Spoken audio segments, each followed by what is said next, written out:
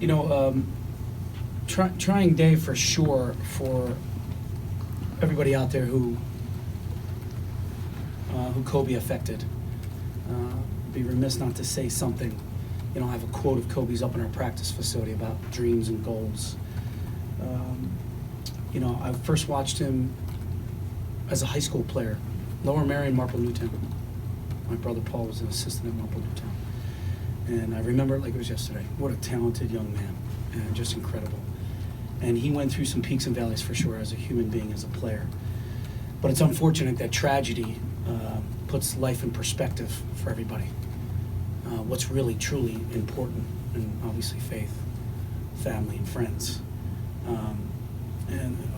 Today you wake up with a great reminder. I mean, if you didn't go home last night and hug your kids, well, you should have. And if you haven't, you should today, because that's what I did.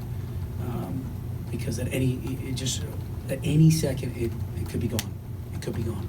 So I'll talk to my players about that, about making a positive impact on their teammates, on their community, on this university, in their life when they leave here. I think that's truly important.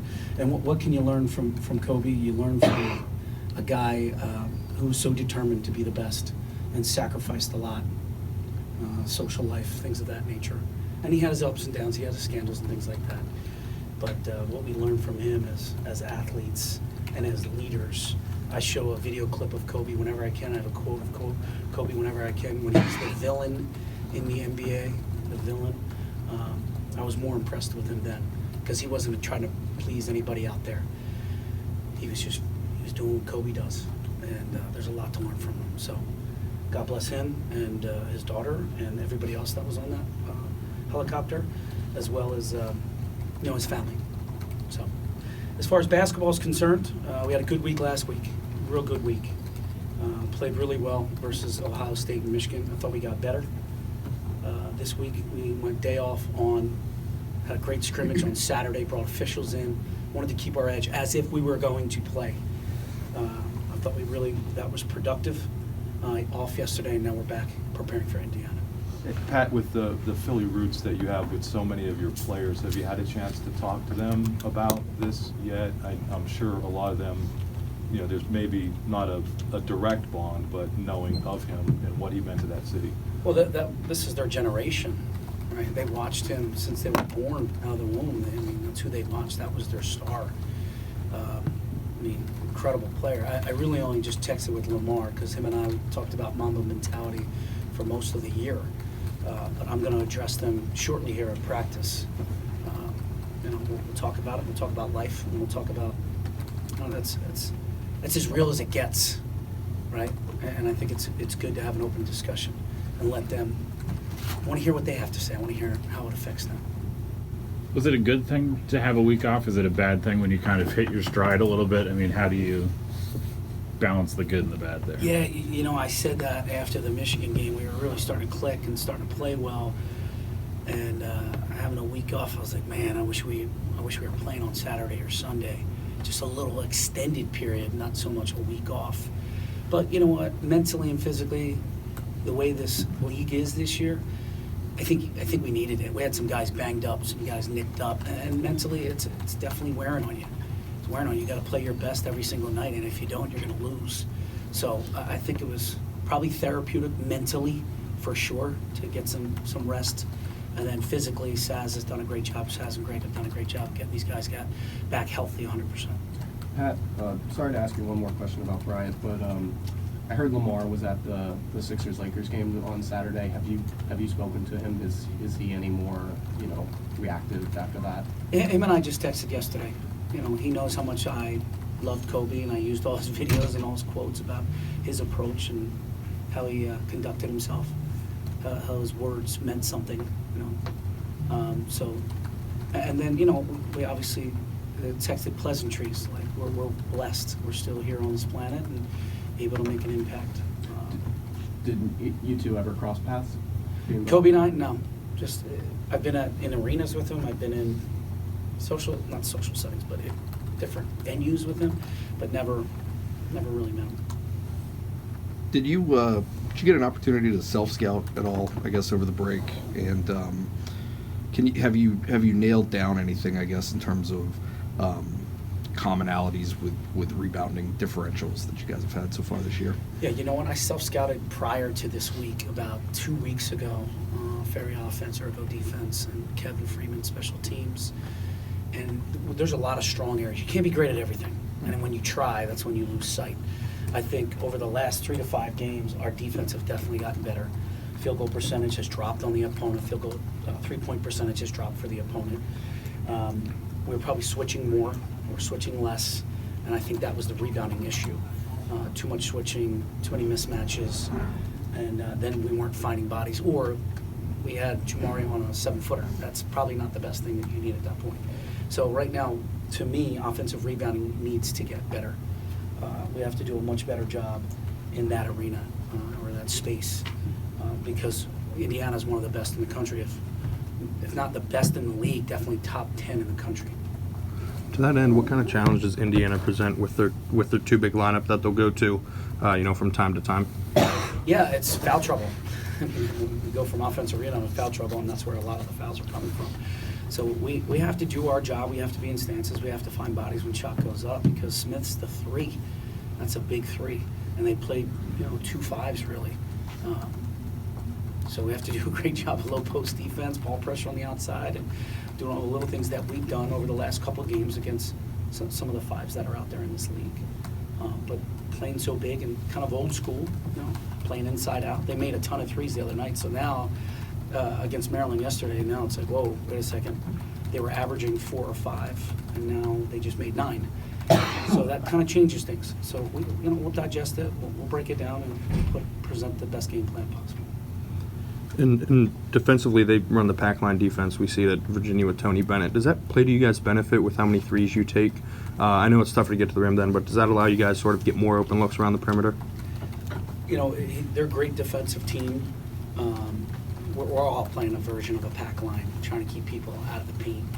That's the goal, because when you put pressure on the paint, that means there's rotations, somebody's got to help, and then you hope that you kick out and make 3s. We're going to play exactly the way we've been playing, right? We've been playing through the post a little bit. I think Myriam Jones has been doing a great job playing off ball screens. I think everybody's being an all-star in their role right now, and we can't change for Indiana. We got to be who we are. So, a bunch of teams have played pack line this year that we've found success, and we haven't found success. You talk a lot about mental conditioning. Is there an advantage when you've played yourself into a situation where not every game is going to make or break your season, not every win or every loss? You're kind of in the thick of an up and down, the good and the bad of a year. Is that different than maybe years past where either you're on maybe a losing streak trying to get the win or something like that? How is that different in terms of getting these guys mentally prepared? Yeah, you know what, for us and for my approach, it's all about staying present and in the moment. I'm not even trying to bring up years past or losing streaks or anything. I'm saying, guys, we show up, we get better, we compete. There's things that we got to work on, offensive rebounding and fouling. We still got to take care of those 2 areas. And if we can do that, then you know what, we'll get a little bit better each time. And if we stay focused on that and not, I know what you're saying, we're in the thick of things. That's good. And, if you lose one, it's not a big deal. But it is, right? It is. We're trying to win every single day. When we step on, I always say we got to win the day. And that's what we got to try to do today. So I don't want to get too far ahead. I want to look back. I want to stay right here. What is your message to Curtis this week? You know what? I just started thinking about that this morning, and it's the next game on the schedule. You've been removed from there for years. You've had a place in between. If you went from Indiana to Penn State, I think it might be different. He's really a mature kid. He's not a kid. He's a man now. He's mature. So I think he'll handle himself real well.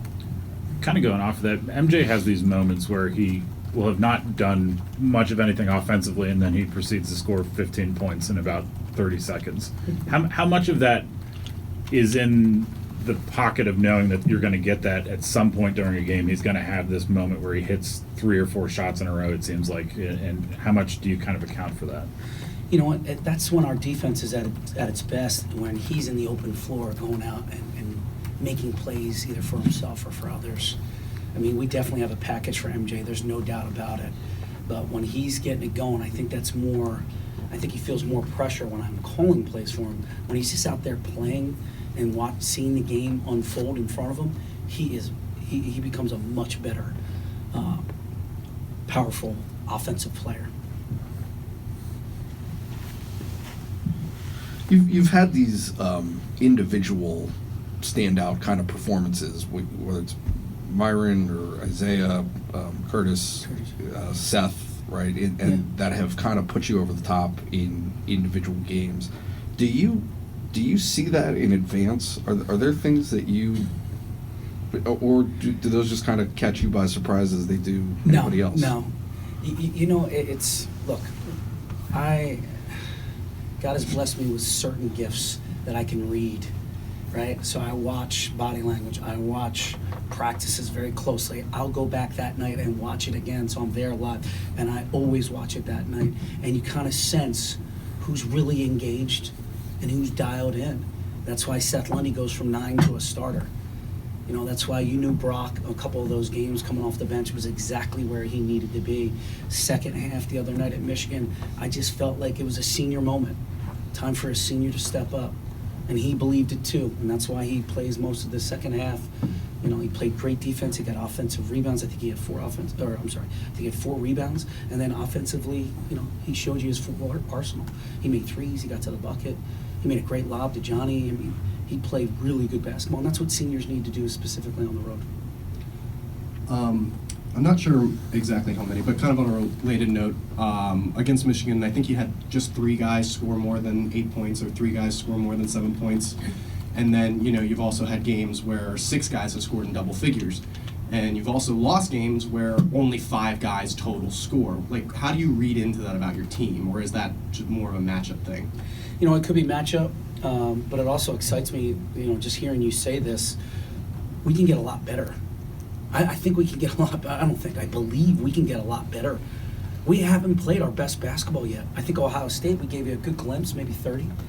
We haven't played our best basketball yet. I think it's in front of us, where offensively we're sharing the ball and you know, getting to the free throw line and making threes, and then defensively just getting stops and getting rebounds. I think our best basketball is in front of us, because when we do have multiple scores and double figures, we're very difficult to guard. And then that just shows our depth, once again, that we can go 9 and 10 guys.